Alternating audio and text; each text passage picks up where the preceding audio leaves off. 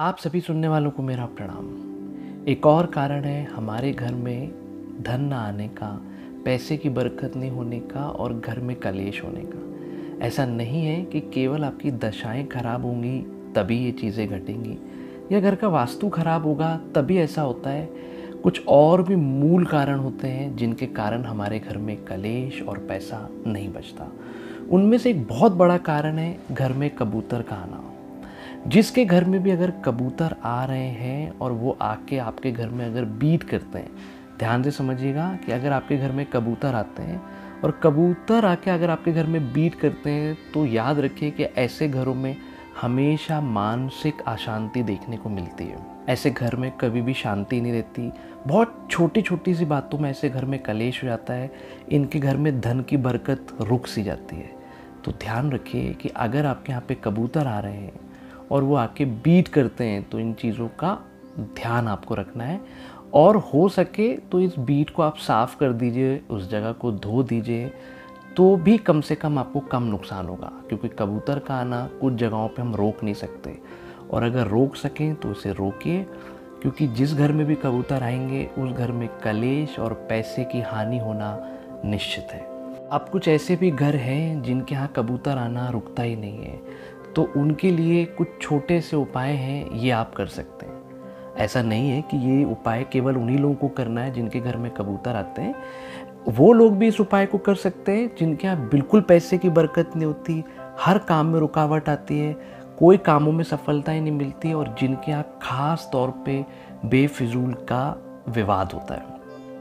तो करना आपको ये है कि आपको एक काली मिर्च लेनी है, और जब आप घर से निकलने लगें तो वो काली मिर्च लीजिए, घर की चौखट पे उस काली मिर्च को रख कर उसको अपने पैर से, जूते से फोड़कर आगे बढ़ जाइए।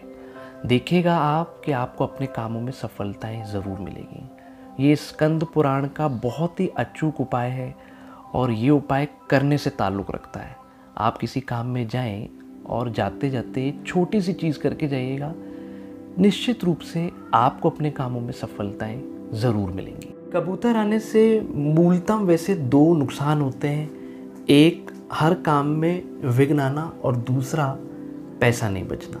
तो विघ्न के लिए हमने आपको उपाय बताए हुए हैं कि जब भी निकलें तो ये वाला उपाय कर लें, और जिनके यहाँ पैसा नहीं बचता है वो इन उपायों को कर सकते हैं कि झाड़ू लगाने के 10-15 मिनट पहले, जब भी आप घर में सुबह झाड़ू लगाएं तो उसके 10-15 मिनट पहले एक होता है गणेश शंख, मार्केट में ईजिली अवेलेबल है, अगर वो हो सके तो ख़रीद लीजिएगा, और गणेश शंख को ख़रीद के इसमें पानी भर लीजिए, और आपको अपने मुख्य दरवाजे, मेन डोर के बाहर आपको उस शंख से 7 लाइनें पानी की धारे की बनानी है। अगर आपके पास गणेश शंख ना हो तो नॉर्मल शंख में जल भर लीजिए, और अपने मेन डोर के चौखट पे भी ये कर सकते हो, और अगर आपके घर के चौखट के बाहर गेट हो तो इन दोनों के बीच में भी ये चीज़ें कर सकते हो।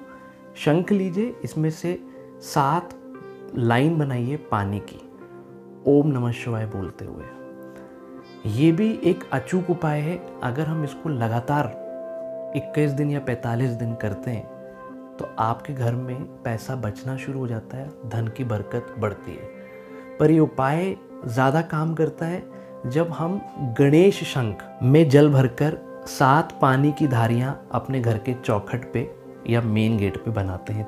बस ध्यान रखिए कि ये उपाय आपको सुबह सुबह करना है, झाड़ू लगाने के 10-15 मिनट पहले करना है।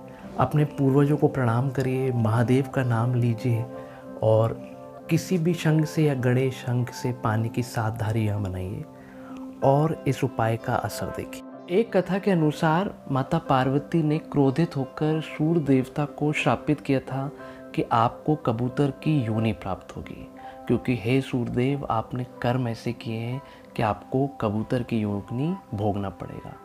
इसीलिए आज भी हिंदू परंपराओं में आप सारे पक्षियों को पाल सकते हैं, केवल कबूतर को छोड़कर। हिंदू धर्म में कभी भी किसी भी शास्त्र में कहीं ये नहीं लिखा है कि आप घर में कबूतर पाल लीजिए, और जिनके घर में अगर कबूतर आना शुरू हो जाते हैं वहीं से उसके दुष्परिणाम भी आने लगते हैं। तो कबूतर अगर आपके यहाँ पे आ रहे हों, एक ये छोटा सा उपाय कर लीजिए। ख़ास तौर पे इनकी बीट को साफ़ कर दीजिए, तो भी आपको किसी प्रकार का कोई नुकसान नहीं होगा। ऐसी और बहुत सारी खास बातों के लिए आप हमारे साथ जुड़े रहिए। मैं काम की बातें लाता रहूँगा। तब तक के लिए नमस्कार।